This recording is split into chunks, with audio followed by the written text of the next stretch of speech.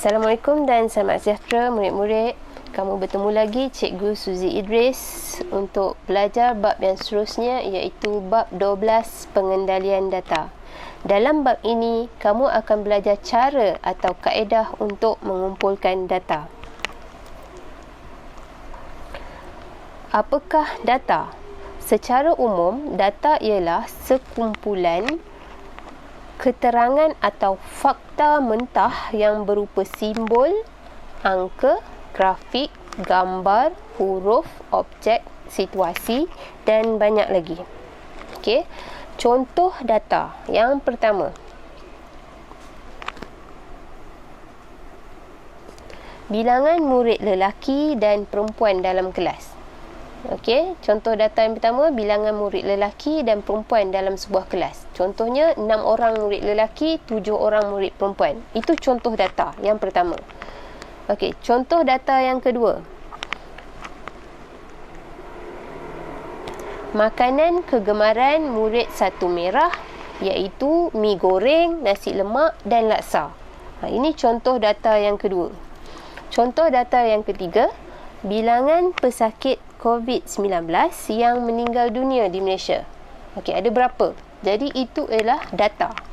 Contoh yang keempat, bilangan manusia yang disahkan positif COVID-19 di negeri Selangor. Ada berapa orang? Jadi itu ialah data.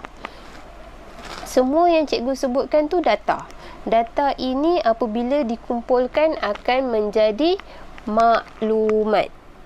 Okey, bila kita kumpulkan dia akan jadi satu maklumat. Bila dia jadi maklumat, dia akan berguna. Cara untuk mengumpulkan data. Okey, tadi kita dah tengok contoh-contoh data tadi. So, bagaimana kita nak dapatkan data-data ni? Okey, ada kaedah yang boleh digunakan untuk kita mengumpulkan data-data ini. Okey, kaedah yang pertama ialah kaedah temu bual. Okey, kaedah yang pertama ialah kaedah temu bual. Contohnya untuk kaedah temu bual ni seperti cikgu menembung bual, okey, ataupun bertanya kepada kamu murid satu merah untuk mengetahui berapa bilangan murid yang suka makan mi goreng, berapa bilangan murid suka nasi lemak dan berapa orang yang suka laksa. So cikgu bertanya, soal jawab. Jadi itu kaedah temu bual. Itu kaedah yang pertama. Okey, kaedah yang seterusnya ialah kaedah tinjauan. Biasanya kaedah tinjauan ni macam ada satu borang, survey. Okey, borang soal selidik biasanya. Kalau dulu-dulu orang bagi helaian borang kertas soal selidik, kita jawab. Itu kaedah tinjauan. Kalau zaman sekarang, biasanya orang akan berikan dalam bentuk digital sahaja. Contohnya dalam Google Form. Okey, contoh untuk kaedah tinjauan ni, macam sebelum ni cikgu ada buat murid satu kuning dikehendaki menjawab soalan di dalam Google Form berkaitan jenis medium pengajaran yang murid suka semasa PDPR. So sepanjang PKPB ni kita kena adakan sesi pembelajaran dan pengajaran secara PDPR. Jadi murid dikehendaki menjawab soalan tinjauan lah. Okey, contoh dia macam ni. Okey, di mana murid kena pilih platform yang murid suka. Okey, jadi murid pun akan tandakan dalam borang tinjauan tersebut dan tekan kepada submit. Okey, dan cikgu akan dapat datanya. Berapa orang suka melalui WhatsApp, berapa orang suka Zoom. Okey. Seterusnya ialah kaedah pemerhatian. Okey, contohnya, okey, cikgu Suzy menunggu depan pagar sekolah dan memerhatikan bilangan murid yang datang ke sekolah dengan menaiki motosikal. So, ada berapa murid yang datang ke sekolah menaiki motosikal? So, cikgu memerhatikan sahaja. Okey, itu kaedah yang mudahlah, kaedah yang ketiga. Seterusnya, kaedah keempat iaitu eksperimen. Okey, contohnya, peratus atau kadar sembuh pesakit COVID-19 apabila diberikan vitamin C. So, berapa peratus yang sembuh bila makan vitamin C? Ini contohnya lah. Okey, menggunakan kaedah eksperimen. Okey. setelah kita kumpulkan data, langkah yang perlu kita lakukan seterusnya ialah mengelaskan data-data ini kepada dua. Okey, kita kelaskan data kepada dua, iaitu data itu sama ada dia ialah data kategori ataupun data numerik. Okey, apakah data kategori? Okey, data kategori ialah data yang mengukur ciri-ciri. Okey, dia mengukur ciri-ciri. Dia tak boleh diukur dengan angka. Dia hanya boleh dihuraikan. Contohnya jantina, lelaki, perempuan. Warna oranye, merah, kuning. Okey, perisa gula-gula. Okey, kumpulan darah O, A, AB. Kumpulan darah B, contohlah. Okey, data lagi satu ialah data numerik. Okey, data numerik ni mengukur kuantiti. Tadi mengukur ciri-ciri, yang ini mengukur kuantiti. Jadi dia boleh diukur dengan angka. Contohnya bilangan buku yang dibaca oleh murid satu kuning. Okey, kita kelaskan data ni kepada kategori yang inilah, sama ada dia ialah data kategori atau data numerik yang mengukur ciri ataupun yang mengukur kuantiti. Okey. Selepas kita mengelaskan data, sama ada data kategori atau data numerik, langkah yang seterusnya ialah mengorganisasikan data. Organize the and group data dengan membina jadual kekerapan. Okey, jadi kita kena susunlah. Okey, mengorganisasikan data ini dengan membuat jadual kekerapan. Okey, cikgu akan tunjukkan bagaimana membina jadual kekerapan mengikut contoh data yang di sini. Okey, ini contoh data yang ada. Okey, data menunjukkan saiz kemeja T. Okey, data saiz kemeja T yang dipakai oleh murid tingkatan 1 cekal. Organisasikan data itu dengan membina jadual kekerapan. Okey, macam mana kita nak bina jadual kekerapan? Okey, murid-murid lihat cikgu tunjukkan ni. Data berikut menunjukkan saiz kemeja T yang dipakai oleh murid tingkatan 1 cekal. Organisasikan data itu dengan membina jadual kekerapan.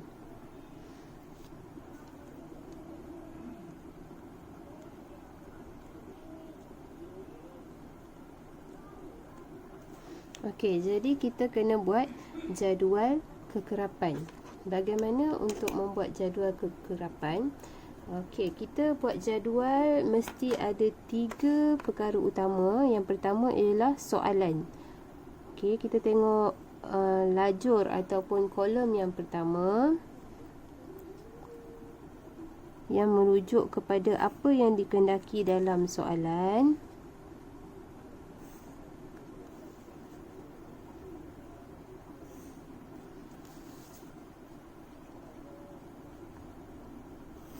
Okey, cikgu akan lukiskan jadual.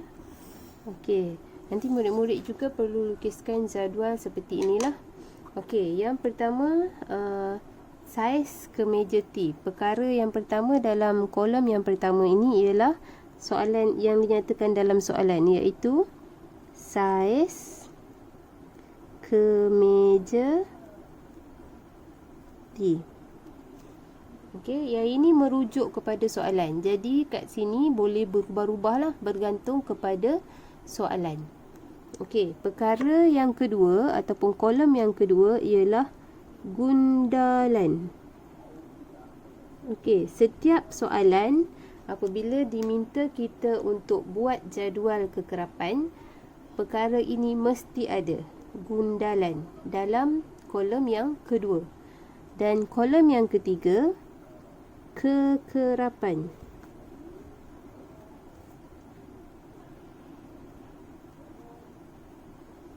Okey, kekerapan ini juga mesti ada dalam jadual kita. Okey, gundalan dan kekerapan, apa pun soalan yang keluar mesti ada dua perkara ini. Okey, perkara yang pertama ni bergantung kepada soalan. Baik. Seterusnya bagaimana kita nak tulis? Okey, jika kita lihat dalam jadual ni dan kita juga sudah sangat arif tentang saiz pakaian, saiz t-shirt. Okey, iaitu yang paling kecil bermula dengan saiz S. Kita lihat saiz paling kecil dan saiz paling besarnya ialah XL. Okey, kita bila nak tulis tu, kita bermula dengan nilai yang minimum. Okey, kemudian berakhir dengan nilai yang maksimum. Okey, kita mulakan dengan S. Okey, saiz S. Lepas saiz S, saiz yang lebih besar sedikit iaitu M. Kemudian saiz yang lebih besar L dan yang terakhir sekali ialah saiz XL. Okey. Bagaimana pula nak melengkapkan jadual kita seterusnya? Okey, kita lihat pada taburan data yang kita ada. Okey. Jika merujuk kepada taburan data ini, kita lengkapkan dulu untuk gundalan bagi saiz S. Okey, jika kita lihat, untuk kita tidak melakukan kecuaian semasa membaca data, kita baca dan lihat baris demi baris. Okey, ada cikgu jumpa di sini satu S dan kita tandakan atau palangkan bagi yang telah kita kira supaya kita tidak melakukan kesilapan. Ada satu sahaja, jadi kita tandakan satu di sini dan kekerapannya 1. Okey. Kemudian kita lihat kepada saiz yang seterusnya M. Baris yang pertama ada 1, cikgu tandakan. 2, tandakan lagi. 3, palangkan. 4, palangkan. Ada 4, 5. Okey, palangkan. Okey. Biasanya bila kita nak membuat gundalan, kita tulis tadi 5, 1, 2, 3, 4. Yang kelima kita pagarkan seperti ini. Okey. Kemudian kita kira lagi. 1, 2, 3, 4, 5. Okey, kita tuliskan gundalan 1, 2, 3, 4, 5. Okey, ada lagi tak M? Ya, kita boleh lihat ada lagi M. 1, 2. Jadi, kita hanya tuliskan di gundalan ini 2 garis. Okey. Jadi, kekerapannya ialah 5, 10, 11, 12. 12 kekerapan. Okey, seterusnya kita lihat kepada saiz L. Okey, baris yang pertama ada 1L, 2L, 3L, 4L, 5L. So, kita tuliskan gundalan kita 1, 2, 3, 4, 5. Okey, ada lagi L, 1, 2, 3, 4. Dan gundalan kita tandakan 1, 2, 3, 4. Jadi kekerapannya ialah 5, 6, 7, 8, 9. Kekerapannya 9. Okey, seterusnya kita pergi pada saiz yang terakhir sekali, XL. 1, 2, 3, 4, 5. Okey, jadi gundalannya 1, 2, 3, 4, 5. Okey, jadi kekerapannya juga 5. Sebab dah tak ada lagi dah XL. So, semua kita sudah mark. Semua dah ditandakan, dah dipalangkan. Jadi, tidak ada lagi yang tercicir lah. Okey. Jadi, kita boleh labelkan jumlah kekerapan. Okey, jumlah semuanya di sini. Okey, kita boleh kirakan. Okey, kita boleh kirakan dengan kalkulator berapa jumlah kekerapan ini. 1 tambah 12 tambah 9 tambah 5. Okey, 27.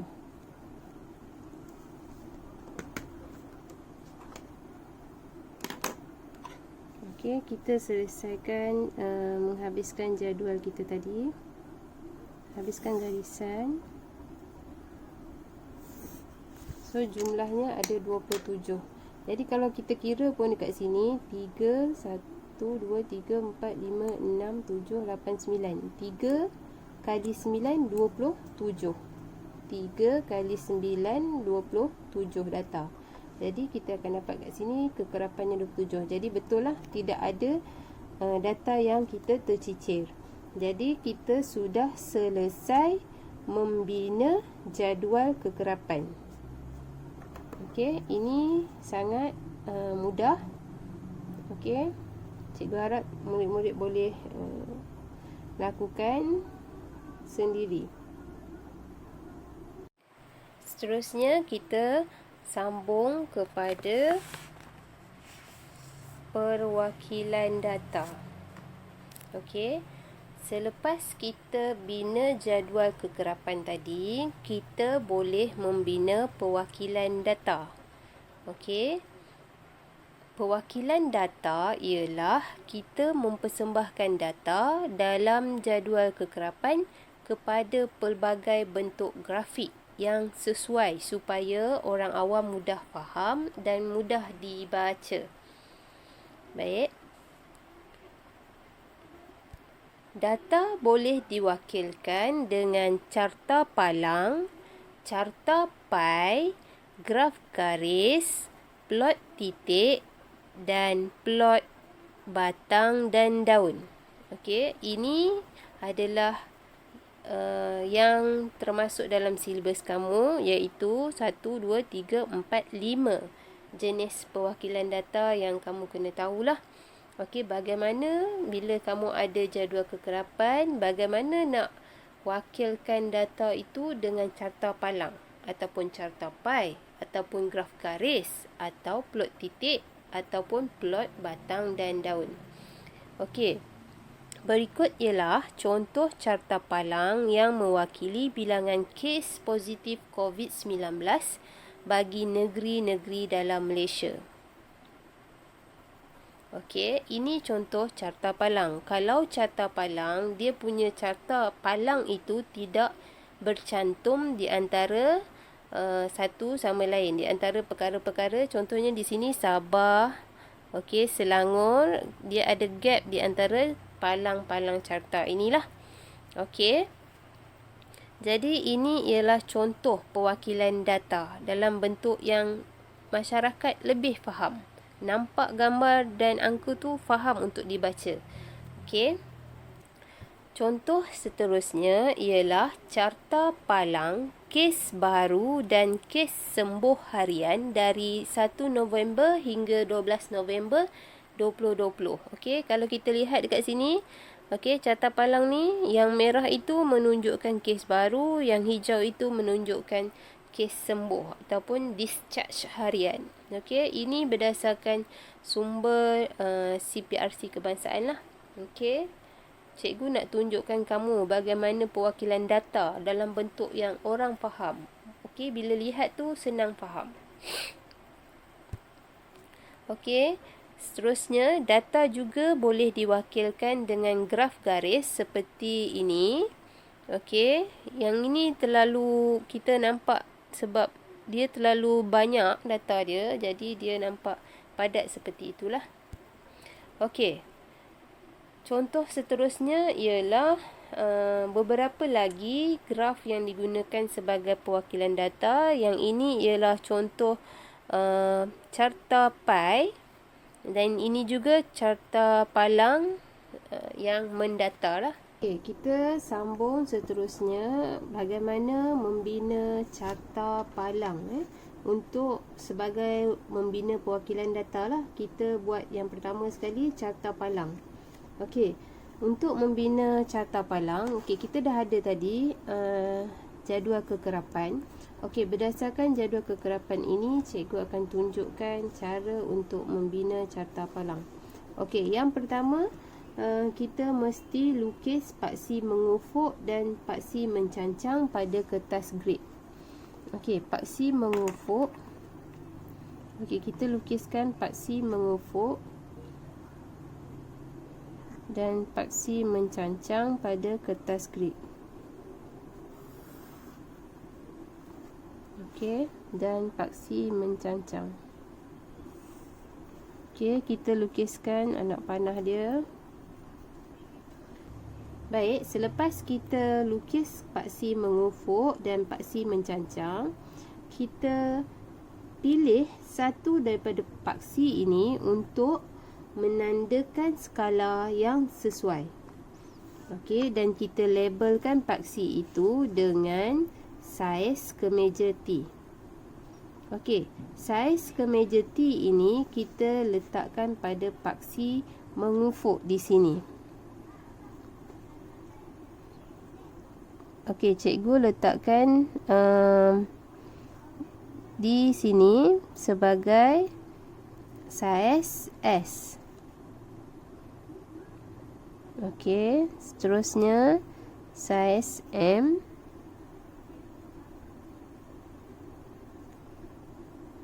Seterusnya saiz L. Dan seterusnya saiz XL. Okey, kekerapan kita letakkan di sini. Di sini kita labelkan saiz kemeja T. Kita labelkan saiz kemeja T. Di sini kita labelkan sebagai, okey, cikgu pusingkan sikit untuk tulis kekerapan. Okey, di bahagian sini paksi menegak ini ialah kekerapan. Okey, jadi kekerapannya, okey, kita boleh lihat paling minimum ialah 1, maksimum ialah 12. Jadi kita boleh gunakan skala 2. Okey, ataupun kalau murid-murid nak tulis 1 sampai 12 pun tak ada masalah. Okey, tapi cikgu akan gunakan skala 2, 4, 6, 8, 10, 12. Okey.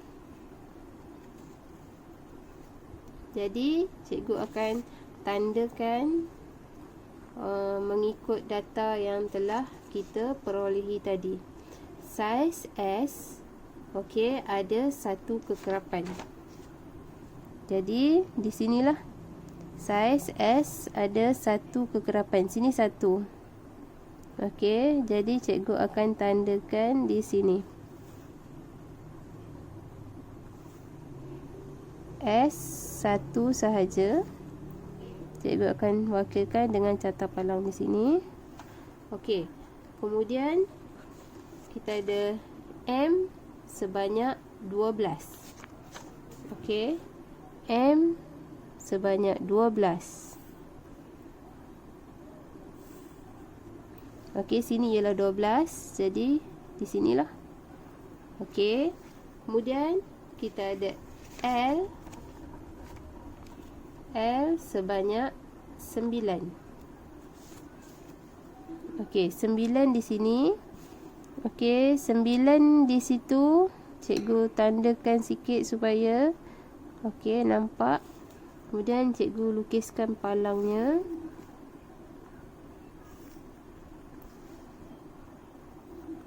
Dan terakhir sekali saiz XL ada 5.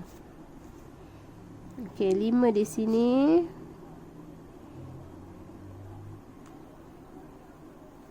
Okey.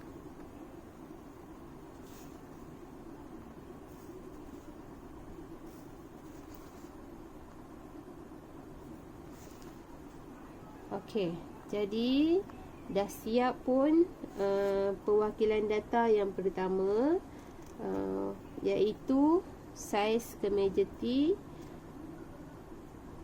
yang dipakai oleh murid tingkatan 1 cekal. Okey, kita baru siap membuat sehingga langkah yang ketiga, iaitu lukis palang supaya tinggi dia sama dengan kekerapan data. Yang terakhir sekali kita mesti buat ialah tulis tajuk carta palang. Ni sekarang tak ada tajuk lagi. Jadi kita tulis tajuknya ialah saiz kemeja T, murid tingkatan 1 cekal. Okey, ini ialah tajuk perwakilan data kita.